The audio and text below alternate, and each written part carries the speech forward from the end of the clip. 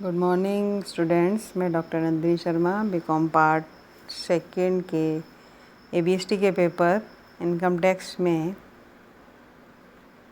वेतन शीर्षक के आय शीर्षक के अंतर्गत अप्रमाणित भविष्य निधि का प्रमाणित भविष्य निधि में परिवर्तन,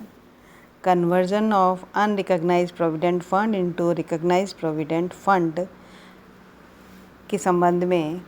क्या नियम दे रखे हैं, ये आज आपको बताऊंगी। अभी पूर्व वाले वीडियो में मैंने आपको बताया था कि प्रोविडेंट फंड 3 प्रकार के होते हैं: वैधानिक भविष्य निधि, प्रमाणित भविष्य निधि और अप्रमाणित भविष्य निधि खाते। तो अप्रमाणित भविष्य निधि खाते वे होते हैं जिनको कि आयकर आयुक्त द्वारा प्रमाणित नहीं किया गया है, लेकिन अगर कोई नियोक्ता अपने अप्रमाणित भविष्य निधि खाते को भविष्य में आयकर आयुक्त से इनकम टैक्स कमिश्नर से प्रमाणित करवा लेता है, तो कर्मचारी के अप्रमाणित भविष्य निधि खाता जो कि पूर्व में था, उसका शेष स्वतः ही प्रमाणित भविष्य निधि खाते में ट्रांसफ़र कर दिया जाता है। और इस प्रकार अप्रमाणित भविष्य निधि से प्रमाणित भविष्य निधि में जो राशि ट्रांसफ़र की जाती है या हस्तांतरित होती है, वही हस्तांतरित शेष कहा जाता है या कहलाता है। तो हस्तांतरित शेष का केवल वह भाग ही कर योग्य होता है जो कि इस अप्रमाणित भविष्य निधि को शुरू से ही प्रमाणित भविष्य निधि माने जाने की दशा में पिछले वर्षों में कर योग्य होता। तो बात करते हैं कि कोई अगर नियोक्ता अपने अप्रमाणित भविष्य निधि खाते को आयकर आयुक्त से प्रमाणित करवा लेता है और कर्मचारी के अप्रमाणित भविष्य निधि खाते का शेष प्रमाणित भविष्य निधि खाते में हस्तांतरित कर दिया जाता है, जो कि हस्तांतरित शेष कहलाता है। और इस हस्तांतरित शेष का केवल वही भाग कर योग्य होगा। तो इसमें हम ये मानेंगे कि अगर ये अप्रमाणित भविष्य निधि खाता यदि पूर्व से ही या शुरू से ही प्रमाणित भविष्य निधि खाता होता, तो प्रमाणित भविष्य निधि खाता होने की दशा में कितनी राशि कर योग्य होती, ये इसमें मान लिया जाएगा। और पिछले वर्षों में जो कर योग्य होती उसे ही मान लिया जाएगा, और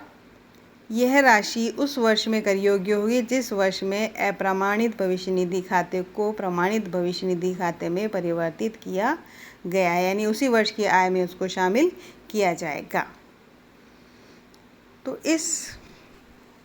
यह राशि उस वर्ष में कर योग्य होगी जिस वर्ष में परिवर्तन हुआ, और अप्रमाणित भविष्य निधि को शुरू से ही प्रमाणित माने जाने पर हर वर्ष के लिए जो राशि कर योग्य होगी उसके लिए नियम ये दे रखा है कि उसकी गणना हम करेंगे और इन राशियों का योग निम्न नियमों के आधार पर ज्ञात किया जाएगा। तो प्रत्येक वर्ष के लिए पहला नियम यह है कि प्रत्येक वर्ष के लिए नियोक्ता के अंशदान का कर्मचारी के वेतन के 12% पर आधिक्य, जो कि प्रमाणित भविष्य निधि खाते के लिए नियम है कि कर्मचारी का अंशदान तो कर योग्य होता है, लेकिन नियोक्ता का अंशदान कर्मचारी के वेतन के 12% तक अगर है तो वो कर मुक्त होगा, और उससे अधिक अगर है तो वो कर योग्य होगा। तो यहाँ भी वही नियम मानेंगे हम ये मानेंगे कि अगर ये अप्रमाणित भविष्य निधि खाता शुरू से ही प्रमाणित भविष्य निधि खाता होता, तो कर निर्धारण वर्ष 1997-98 तक तो ये 10% से अधिक के था नियम, लेकिन उसके बाद नियम हो गया है कि कर्मचारी के वेतन के 12% से अधिक अगर है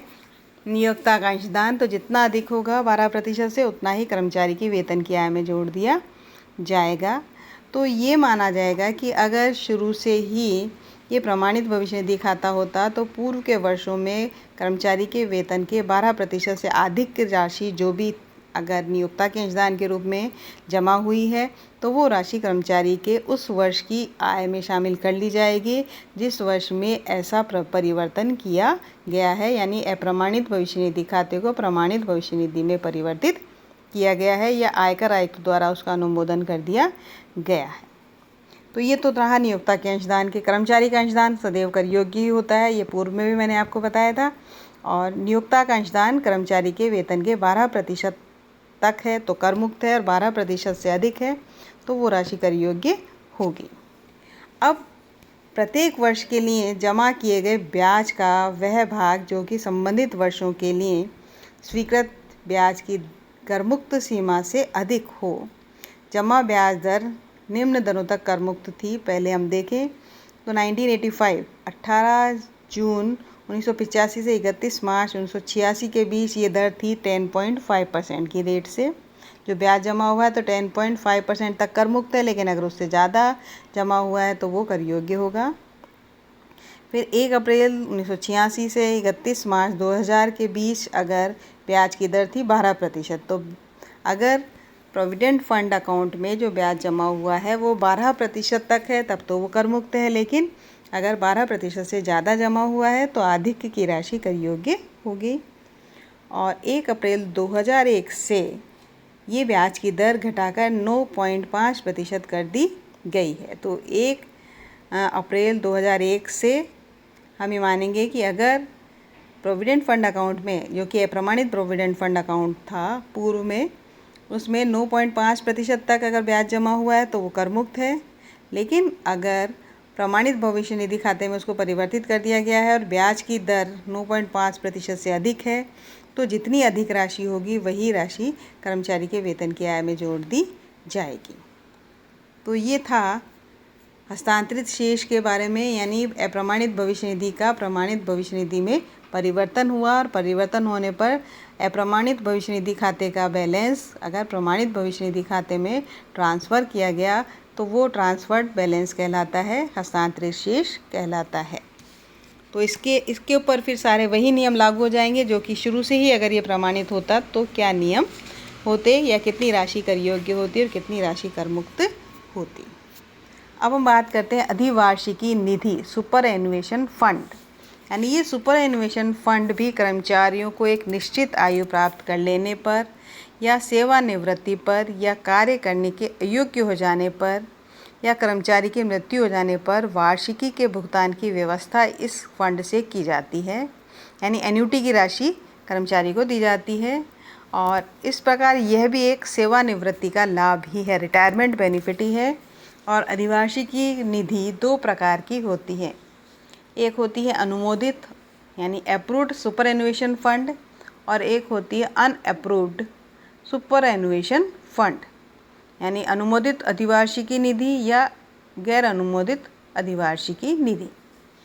तो हम बात करते हैं अनुमोदित अधिवार्षिकी निधि में नियोक्ता का अंशदान,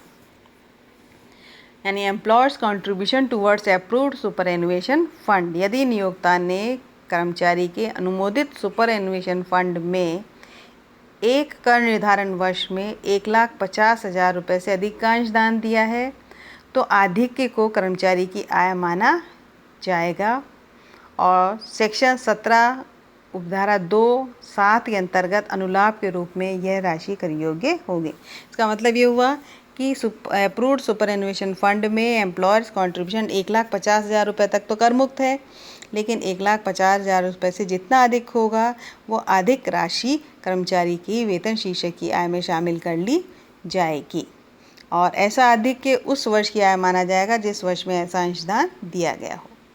और कर्मचारी के स्वयं के अंशदान पर धारा 80C के अंतर्गत कटौती दी जाएगी, यानी स्वयं का अंशदान तो हमेशा ही कर योग्य होगा क्योंकि ये आय का उपयोग है। अब अप्रूव्ड सुपर एनुएशन फंड यानी अनुमोदित अधिवार्षिकी निधि में एकत्रित राशि पर ब्याज, इस पर ब्याज भी जमा होगा। तो interest on cumulative balance in approved superannuation fund के लिए नियम यह है कि इस निधि में एकत्रित राशि पर देय ब्याज कर्मचारी के लिए कर मुक्त होगा, चाहे ब्याज की दर कोई भी हो। यानी अगर कोई इंटरेस्ट उसमें जमा होता है तो वो राशि कर्मचारी के लिए कर मुक्त होगी। अब अनुमोदित अधिवार्षिकी निधि की दशा में प्राप्त एकमुश्त राशि, यानी जब कर्मचारी रिटायर हो जाएगा उसके बाद उसको जो एकमुश्त राशि मिलेगी, लमसम अमाउंट जो मिलेगा इस फंड से, तो वह राशि पूर्णतः कर मुक्त होगी। इस फंड में नियोक्ता द्वारा किया गया अंशदान एवं इस अंशदान में जमा राशि पर अर्जित ब्याज दोनों ही कर मुक्त होते हैं। इस पर वैधानिक प्रोविडेंट फंड के जो नियम हैं कि वैधानिक प्रोविडेंट फंड अकाउंट से अगर कोई राशि कर्मचारी को एकमुश्त उसकी सेवानिवृत्ति के उपरांत मिलती है तो वो पूरी कर मुक्त होती है। तो यहाँ भी वही नियम लागू होंगे। अब हम बात करते हैं गैर अनुमोदित सुपर एनुएशन फंड के बारे में। तो गैर अनुमोदित सुपर एनुएशन फंड में नियोक्ता का अंशदान व एकत्रित राशि पर ब्याज। गैर अनुमोदित अधिवार्षिक निधि में नियोक्ता का अंशदान व एकत्रित राशि पर ब्याज, चाहे कुछ भी हो,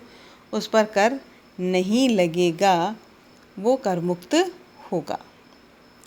अब है गैर अनुमोदित अधिवार्षिक निधि की दशा में प्राप्त एकमुश्त राशि। गैर अनुमोदित अधिवार्षिक निधि से प्राप्त एकमुश्त राशि में नियोक्ता का अंशदान एवं उसके अंशदान पर ब्याज की राशि का योग वेतन शीर्षक की आय में कर योग्य होगा और शेष बची हुई राशि में से कर्मचारी का अंशदान पूर्णतः कर मुक्त होगा, फुली टैक्स फ्री होगा और उसके अंशदान पर ब्याज की राशि अन्य साधनों से आय शीर्षक में कर योग्य होगी। तो इस पर अप्रमाणित भविष्य निधि के नियम लागू, यानी अनरिकॉग्नाइज्ड प्रोविडेंट फंड के जो नियम हैं वही गैर अनुमोदित सुपर एनुएशन फंड यानी गैर अनुमोदित अधिवार्षिकी निधि पर लागू होंगे। तो दो तरीके के हो गए सुपर एनुएशन फंड, एक अप्रूव्ड और एक हो गया अनअप्रूव्ड सुपर एनुएशन फंड। तो इन पर किस तरीके से नियम लागू होंगे, आयकर अधिनियम में इनके लिए क्या नियम दे रखे हैं, ये मैंने आपको भी बताया।